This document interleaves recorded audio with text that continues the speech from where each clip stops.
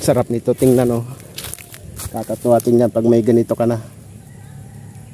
Ga-update ulit tayo mga ka-KNB dito sa bagong tanim namin na saging. Tingnan natin kung gaano na ba sila kalaki. Ayan. Ayan po mga KNB, kung naalala nyo, ito tinanim noong August 1, September, October 7 na ngayon. So 2 buwan na siya. To, 2 months na to. So malalaki na. Tingnan pa natin yung iba dito. So may mas malaki pa dito. Yan. Yan mga KNB, malalaki na. To. May mga followers na rin. Tsaka maganda naman yung kulay ng dahon, green na green talaga. Wala pang sinyalis na may sakit. So, tingnan natin yung iba dito. So may mga maliliit pa. Ito yata yung nahuling tinanim.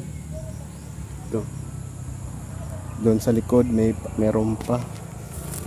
Ito halos tumubo na rin lahat. Ano, kung nakikita niyo mga KNB, oh. Halos tumubo na, malalaki na. 2 months old.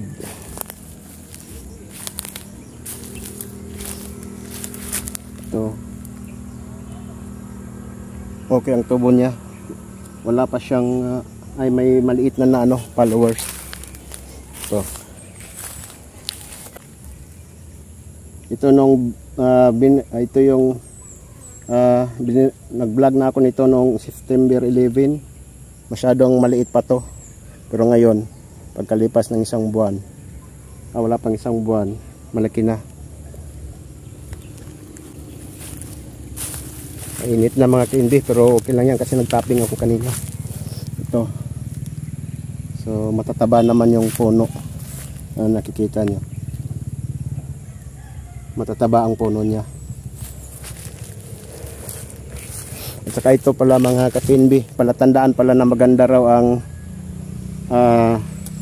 maganda ang tubo ng saging. Yung itong ano niya, ito tawag nito swords, parang swords daw.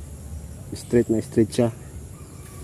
Yung tinatawag sa amin na ugbos, itong ano talaga niya, oh. Magandang tubo niya. Swords. Parang kampilan. Ito, pero swords na rin, oh. Ito.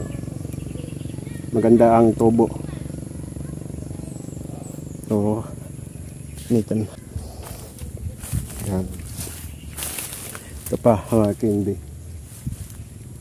Maliliit pa siya. 2 months old pa lang, pero maganda na ang tubo. At saka yun ang nauna, yung malalaki na doon.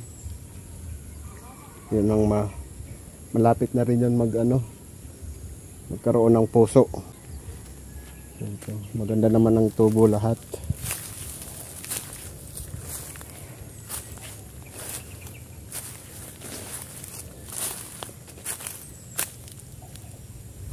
So may nalanta dito.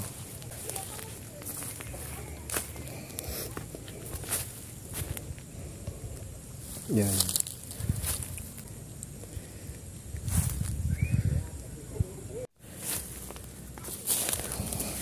Tingnan natin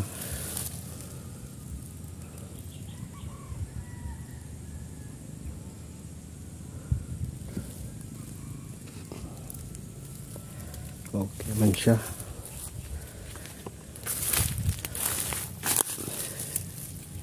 Maliliit pa, pero healthy na healthy.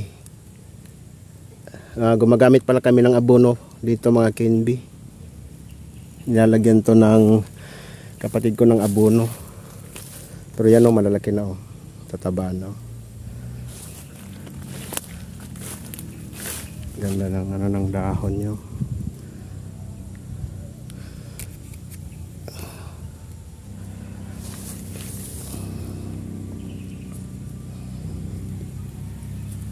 May followers na rin,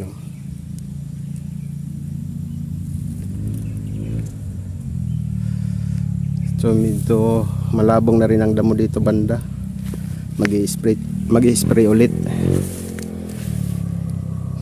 Yung saging pala na yan, yung may nalalanta, ano pala yan, hindi yan binangay, ay hindi yan lakatan. Dati na yan dyan. Ito yung mga bagong tanim, mga rehab na rehab. Yan ang cane bee.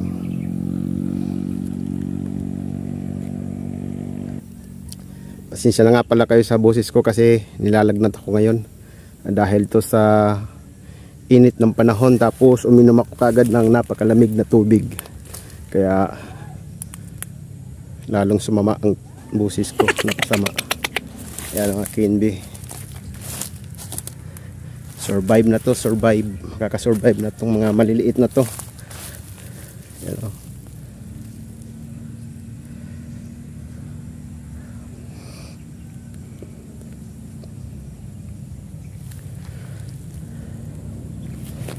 Yan.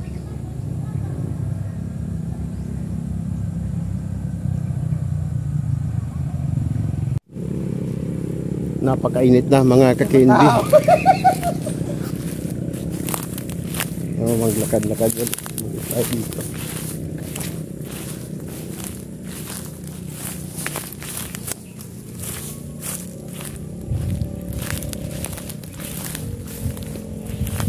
So maganda sa ngayon, wala akong nakikita na namatay dito. Ay, meron pala isa, may isa pala doon, oh. Doon sa baba nalanta, pero hindi pa sigurado yan kasi baka may followers pa yan. So, ito na.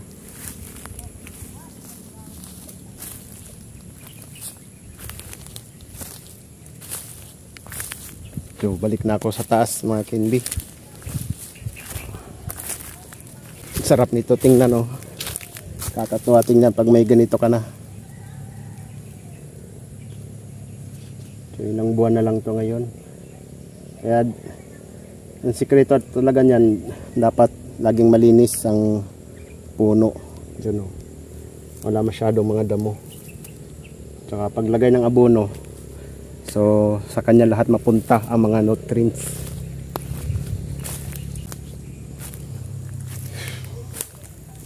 So may maliit pa. May maliit pa pero maganda naman yung tubo.